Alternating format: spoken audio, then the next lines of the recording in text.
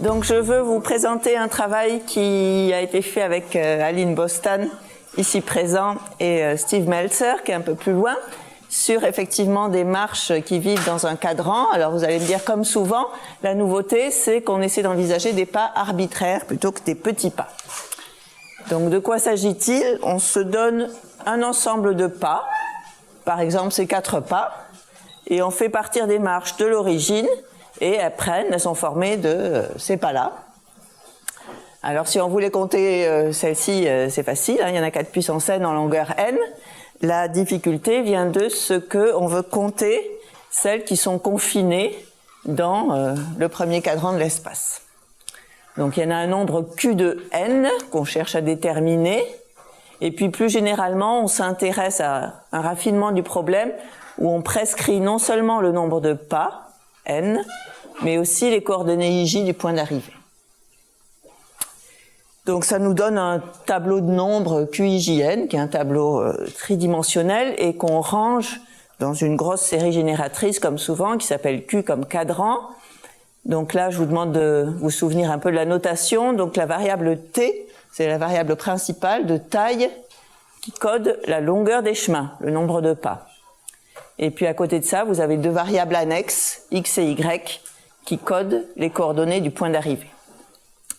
Donc, étant donné un ensemble de pas, on voudrait bien calculer cette série, ou du moins être capable de dire de quelle nature elle est, ce qui, pour nous, signifie être capable de la ranger dans une certaine hiérarchie de séries formelles, qui est relativement classique. Alors, une hiérarchie forcément par complexité croissante, donc je vous donne les définitions ici pour une seule variable t. Les séries les plus simples, mettons que ce soit les séries rationnelles, comme A de t, un quotient de polynôme. Un cran plus loin, on a les séries algébriques, qui satisfont une équation polynomiale. Alors typiquement les chemins de Dicke, hein, ils ont une série génératrice algébrique. Un cran plus loin, vous avez ces séries différentiellement finies dont on entend régulièrement parler à Aléa. Ce sont celles qui satisfont une équadif linéaire avec des coefficients polynomiaux. Et puis de plus en plus, on se trouve à résoudre des problèmes dans la classe suivante qui est assez énorme, qui est celle des séries différentiellement algébriques. Vous avez toujours une équadif, mais maintenant qui est plus nécessairement linéaire.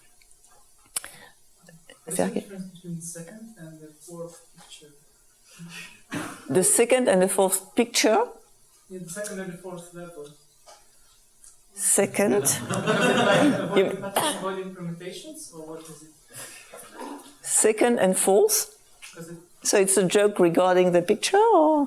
Yeah, because I thought it was like a pattern avoiding permutations, and the respective Girardi function correspond to this hierarchy. No, they don't. This guy is wasting my time. Ok, donc ça c'était les définitions avec une seule variable. Vous avez vu que ma série Q de x, y, t, elle en a 3. On imagine à peu près ce qu'il faut faire. Je vais juste signaler que les définitions existent, qu'il y a des belles propriétés de clôture, et que dans les cas où on veut des équadifs, on en veut une par variable. Je vais pas m'étendre. Voilà, donc on voudrait faire de la classification, et puis finalement on sait faire. Donc ce transparent d'introduction, c'est un transparent final dans un certain nombre de mes exposés. Donc qu'est-ce qu'il dit? Il dit qu'on sait bien classer les chemins dans le cadran pour peu qu'ils prennent des petits pas. Donc mon ensemble S de pas, c'est un sous-ensemble de ces 8 pas. Moyennant quoi, il n'y a qu'un nombre fini de cas à considérer, 79, qui sont tous intéressants et différents. Et puis, ces cas-là se scindent en 2 classes, ceux qui sont différentiellement finis, ceux qui ne le sont pas. Et la chose très agréable, c'est que cette définitude est corrélée à la finitude d'un certain groupe qu'on construit à partir de l'ensemble des pas autorisés. Donc ça, c'est quand même quelque chose de très élégant. Donc vous avez 23 modèles qui ont un groupe fini, et puis ils se scindent plus avant, selon qu'une certaine fraction rationnelle qu'on appelle la somme d'orbites est nulle. Dans ce cas-là, on obtient des modèles algébriques, mais en fait assez durs à résoudre. Le fameux modèle de Gessel, il est là-dedans. Et puis, si cette somme d'orbites n'est pas nulle, on obtient des séries différentiellement finies, mais pour le coup transcendantes. Et puis, vous avez une dichotomie semblable à droite, mais sur laquelle je ne veux pas m'étendre. Alors là-dedans, le point, c'est, ok, c'est des petits pas. Et dans quelle mesure c'est robuste si on s'intéresse à des grands pas. Alors cette propriété de petits pas, elle est cruciale dans la quasi-totalité des approches qui permettent d'établir cette classification. Et donc c'est pas une question vaine d'essayer de s'en affranchir. Et puis notre motivation, je prétends que des marches avec des pas plus grands apparaissent dans la vraie vie. Donc vous avez ici un petit exemple. Un truc aussi bête que regarder les marches sur une grille carrée, mais coincées entre cet axe et un axe de pente 2 ici. Une fois que je le redresse en un problème de cadran, j'obtiens des grands pas. Question, est-ce que ces chemins-là ont une série différentiellement finie ou pas? Ça, c'est la vraie vie. Ça, c'est la vraie vie, ouais. La vraie vie, t'es sous une droite de pente 2. Alors, comme le pointeur marche plus, je vais me servir un peu de la mimine que vous voyez ici aussi. A priori Pardon? Sur ces modèles, tout ça, a priori, quel sera-t-il l'exposant? Voilà, donc celle-ci, elle n'est pas différentiellement finie, mais c'était pour dire que c'était pas forcément traficoté de regarder des grands pas. Alors un autre contexte où on peut vraiment voir des grands pas, c'est dans toutes ces marches quand elles vont coder les états de système de file d'attente. Alors j'ai un bel exemple.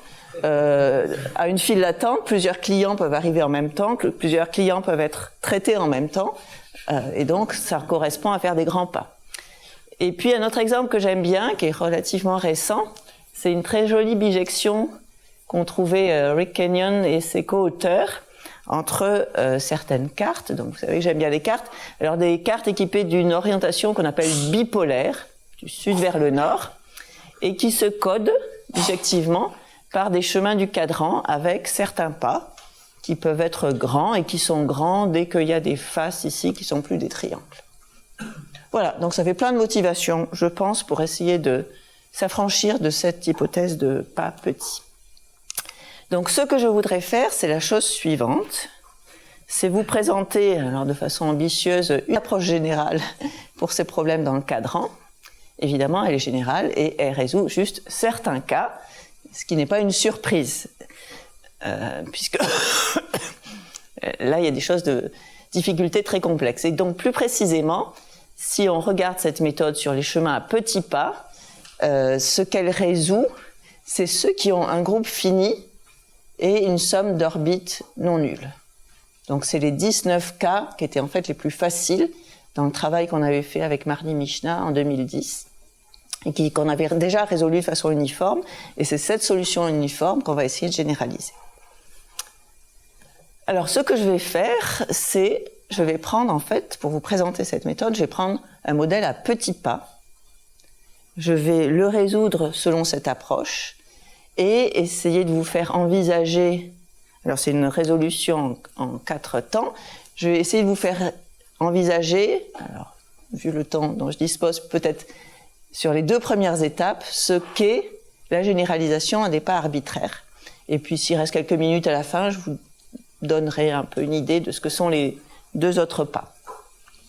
Donc, c'est une approche, comme je vous disais, en 4 étapes. La première étape consiste à écrire une équation fonctionnelle pour notre série génératrice Q, qui repose simplement sur une construction pas à pas des chemins.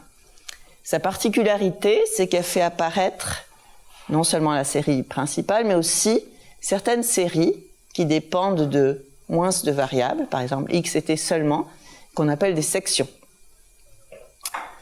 Ça, c'est la première étape. La deuxième étape, c'est ce fameux groupe. Alors, dans le cas général, il ne restera plus que son orbite. On continuera à appeler orbite quand bien même on n'a plus de groupe.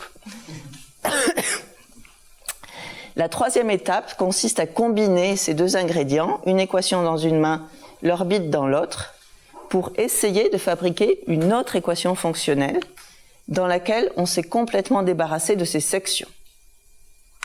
Et dans l'espoir que, sur cette équation fonctionnelle, on saura extraire la série qui nous intéresse. Alors c'est un peu abstrait jusque-là, mais je vais vous le faire tourner, comme je le disais, sur un exemple à petits pas, qui est celui-ci. Donc voilà mes 3 petits pas, qui correspondent d'ailleurs à un modèle d'orientation bipolaire. Alors, je vous disais, l'équation, elle code la construction pas à pas des chemins. Donc, qu'est-ce qu'elle dit? Que ma série Q, donc vous voyez, j'ai tendance à laisser tomber la variable de taille dans mes notations, il ne faudra pas s'en alarmer. Soit j'ai un chemin qui est réduit juste à un point de départ, soit, pour former un chemin du cadran, j'en prends un plus court, en noir ici, et je lui rajoute l'un des 3 pas autorisés. Alors, ça augmente la longueur et ça modifie un peu les coordonnées du point d'arrivée. Et c'est comme ça que vous voyez apparaître ce polynôme ici à 3 termes, parce qu'il y a 3 pas, avec ma notation qui dit que x bar c'est 1 sur x. Donc par exemple, si je fais un pas sud-est, j'augmente l'abscisse de 1 et je diminue l'ordonnée de 1 et ça donne ce terme. Et puis ce faisant, j'ai fait des bêtises parce que j'ai pu sortir du cadran. Et il y a 2 types de bêtises à faire. Soit je me trouvais déjà sur l'axe des Y, et alors là, coup de chance, la série qui compte les chemins finissant sur l'axe des Y s'obtient simplement en mettant à 0 la variable x qui codait l'abscisse du point d'arrivée. Donc c'est comme ça qu'apparaissent les sections. Et puis ici, je rajoute un pas malencontreux vers l'ouest. Et puis ici, cas analogue, je terminais sur l'axe des X et j'ai fait un pas sud-est. Voilà. Donc ça, c'est pas bien méchant. Je regroupe les termes en Q de X, Y. Ça fait apparaître un objet relativement important qu'on appelle le noyau, qui est simplement 1 moins t fois le polynôme générateur des pas. Et à droite, vous avez donc ces sections. Voilà. Donc imaginons maintenant que vous avez des pas pas forcément petits. Qu'est-ce qui va se passer? Comment?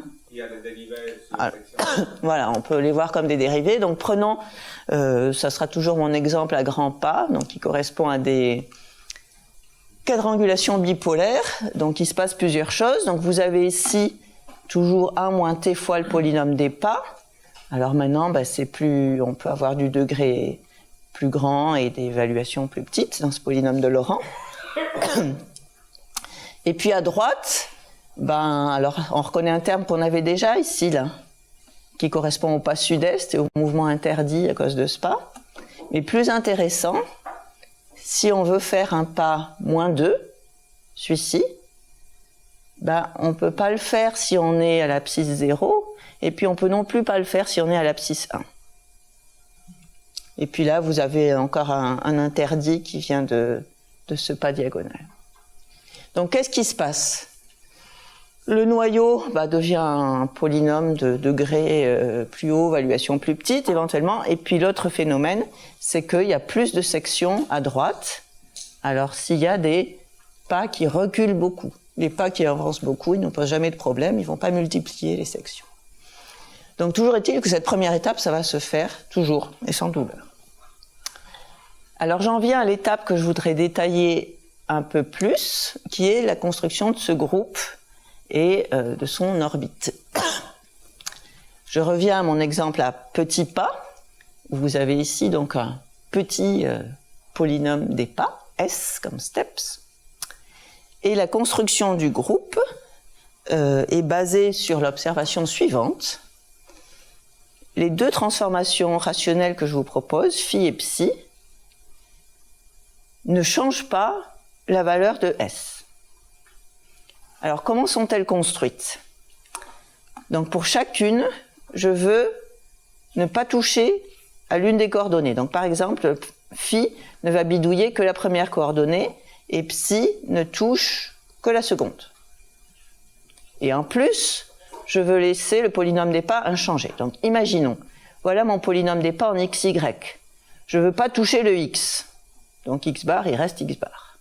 Qu'est-ce que je peux donc faire sur y pour ne pas changer cette valeur-là?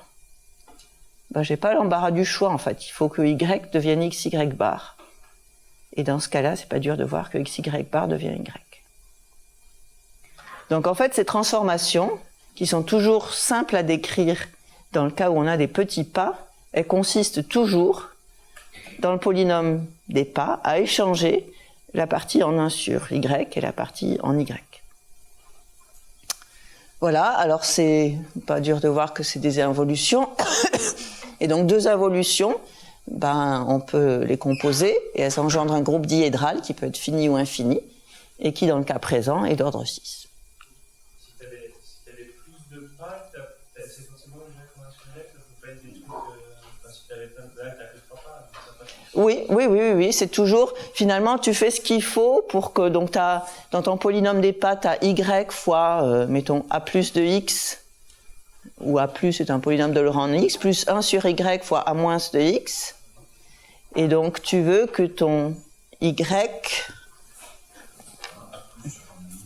voilà, donc ton polynôme c'est y a plus de x, plus un a0 de x dont tu te moques, qui ne va pas changer, plus 1 sur y fois a moins de x. Et donc, tu remplaces y par ce qu'il faut, donc 1 sur y, a moins de x sur a plus de x. Donc c'est toujours une aimable transformation rationnelle. Et alors ça, évidemment, c'est bien parce que c'est bien d'avoir des petits pas pour faire ça.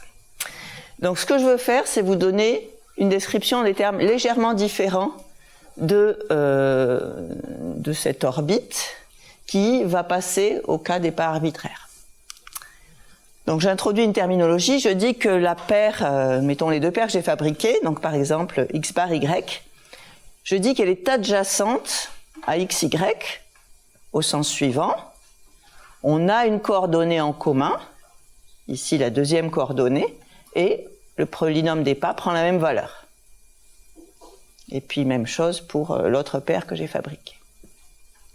Donc ça définit, donc maintenant sur des paires, ici des paires de fonctions rationnelles, mais en général on aura des paires de fonctions algébriques de x et y.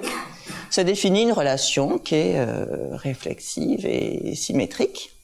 Et je peux prendre sa clôture transitive. Donc je vais passer d'une paire, mettons partant de x, y, je passe d'une paire à l'autre en fixant une coordonnée et en changeant l'autre de façon à préserver le polynôme des pas. Et puis je peux itérer et j'obtiens ici, dans ce cas, une classe d'équivalence pour cette relation qui est évidemment l'orbite sous le groupe que j'avais précédemment défini. Alors dit comme ça, on peut faire la même chose pour des grands pas. On n'a plus vraiment un phi et un psi, mais on peut parler de paires adjacentes. Alors regardons un peu d'un peu près donc ce modèle-là à grands pas. Voici le polynôme des pas. On part de xy et on voudrait trouver des paires x' y qui lui soient adjacentes. On a fixé la deuxième coordonnée. Donc je résous s de xy égale s de x', y. J'ai, vu le degré ici, j'ai 3 solutions. L'une est triviale, c'est x. Et puis les deux autres sont des fonctions quadratiques de x et y. Ok, ben je suis contente. Je dis que mes paires x1, y et x2, y sont adjacentes à xy. Alors elles sont adjacentes en fixant x, en fixant y. Je pourrais aussi vouloir en fabriquer qui soient adjacentes en fixant la première coordonnée. Donc je résous s de x, y' égale s de x, y en y'. J'en trouve aussi deux qui se trouvent agréablement être liés aussi à x1. Donc ça, c'est toujours mes inverses. 1 sur x1. Mais ceci, c'est à la symétrie 45 degrés. Pardon? Ceci, c'est parce que tu dois en symétrie 45 degrés. Oui, ça tient en symétrie des pas. Il y a une symétrie entre x et y, Non. non? Il n'y a pas une symétrie, il y a une symétrie par rapport à la deuxième diagonale, pas par rapport. Mais ça fait des propriétés sur le polynôme des pas qui impliquent que ça va être la solution. Il faut aussi calculer. Donc ça, c'est les premières étapes. Ça, c'est un hasard C'est un hasard, c'est dû à ce modèle. Oui, c'est ça. Oui. Voilà, et donc maintenant je veux propager ça. Donc je me demande, ben voilà, j'ai trouvé une paire ici, x1, y, qui est adjacent à x1, y, et ainsi de suite. Et donc il se trouve, alors il y a ainsi de suite. Et donc il se trouve que pour ce modèle, on obtient par propagation un ensemble fini de paires dont les composantes sont des fonctions algébriques de x et y. Donc, ce que vous voyez là, donc vous avez la paire de départ, x, y, ces deux voisines quand on fixe x, donc en violet, quand on fixe y, pardon, ces deux voisines quand on fixe x, et puis on propage, et au lieu de partir à l'infini dans tous les sens, ça fait une orbite finie. Et donc c'est ça que j'appelle l'orbite. Pardon ? C'est les arêtes d'un octaèdre. Je suis pas très forte en octaèdre, mais si tu le dis, oui. Non, il y a des carrés. Il y a des carrés, il y a des triangles. Mais oui, mais si tu places les sommets sur les arêtes d'un octaèdre, Oui, ça va faire ça. tu coupes des triangles et des carrés. Ok. C'est un line d'art, les octaèdres. Ok. Bon. Donc voilà cette deuxième étape. Et comme je vous disais, c'est a priori la seule que je vais détailler dans les cas de pas généraux, mais je vous montre quand même sur le modèle à petits pas ce que sont les étapes 3 et 4. Donc je reviens à mes petits pas. Et donc on a maintenant deux ingrédients en main, l'équation fonctionnelle avec son noyau et ses 6 paires dans l'orbite. Ce que je fais, je prends mon courage à deux mains, pour chaque paire de l'orbite, j'écris l'équation fonctionnelle. Donc une fois ça va être ça, la fois suivante j'aurai remplacé x par x bar y, et ainsi de suite. Donc je fabrique autant d'équations de fonctionnelles qu'il y a d'éléments dans mon orbite. Alors le point agréable, le polynôme des pas change jamais, donc le noyau c'est toujours le même. Et puis l'autre point agréable, c'est que comme passant d'une paire à une paire adjacente, je change qu'une coordonnée, c'est qu'une section, elle se retrouve dans une autre équation, parce que j'ai pas changé les deux coordonnées.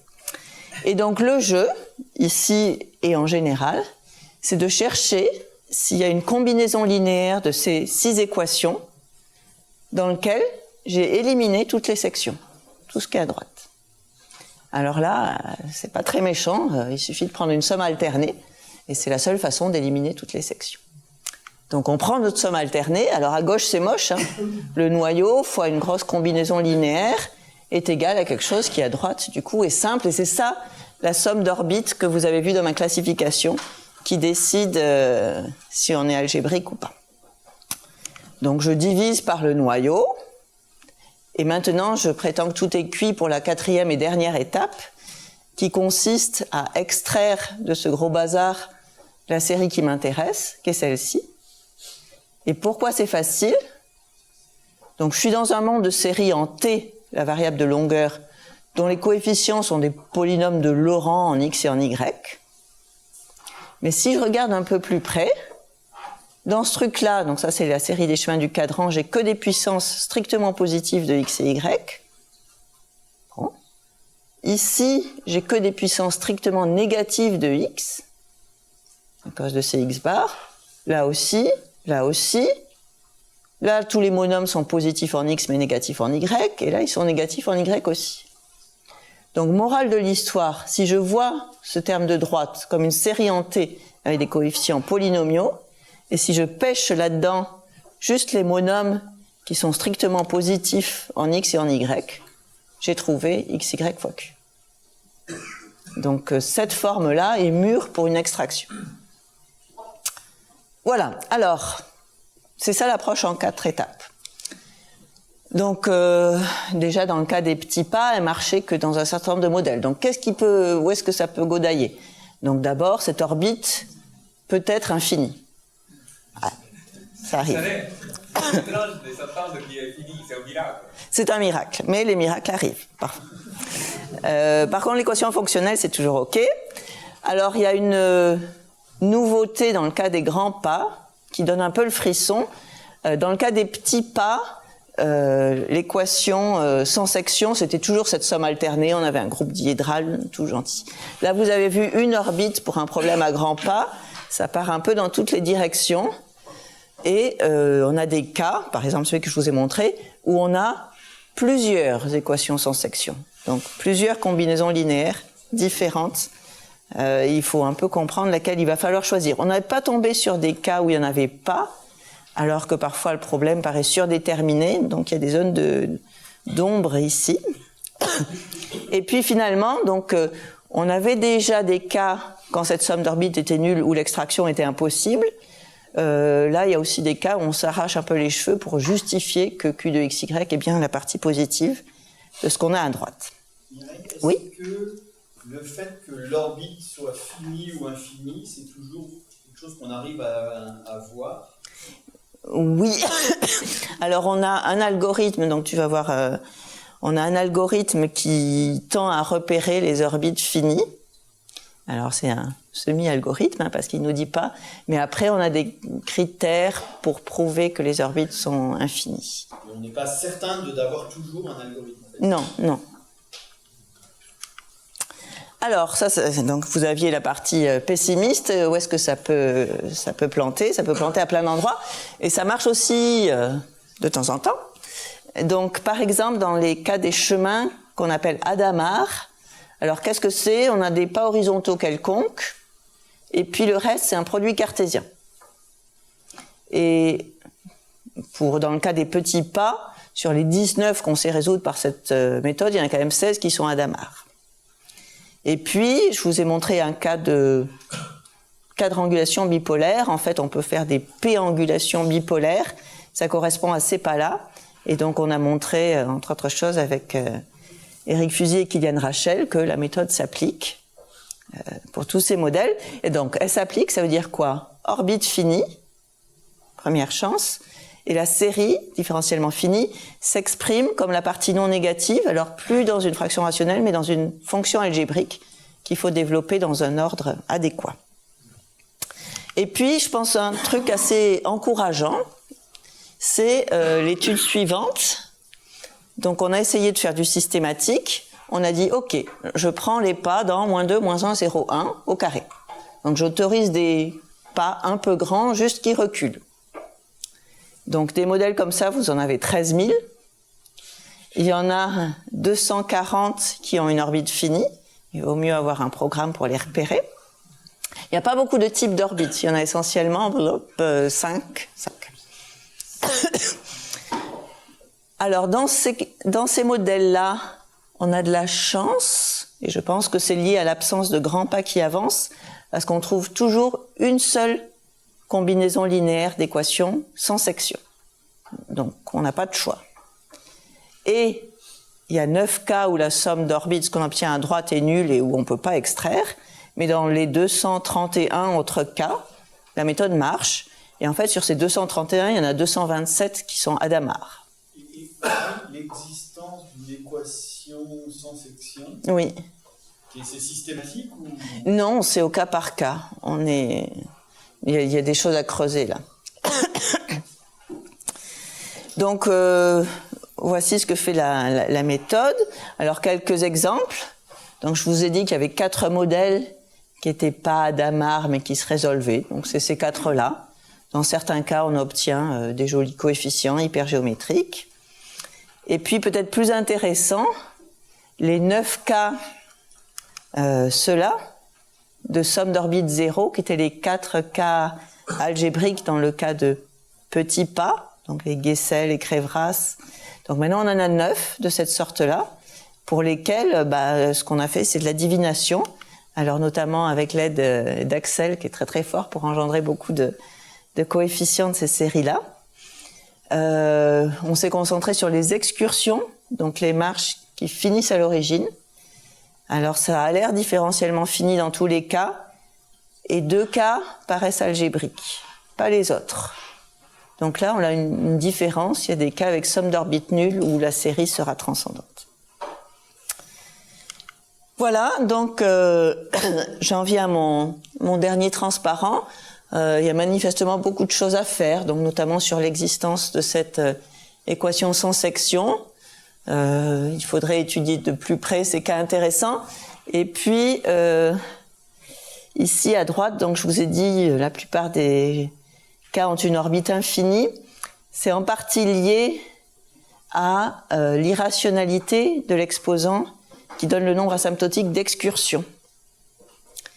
Et alors, avec des grands pas comme ça, c'est irrationnel la plupart du temps, et ça implique que l'orbite est infinie, et que la série n'est pas différentiellement finie. Mais on a aussi 16 cas ennuyeux, où on a un exposant des excursions qui est rationnel, donc qui n'interdit pas la définitude, mais on a en revanche réussi quand même à prouver que l'orbite était infinie. Voilà, et merci.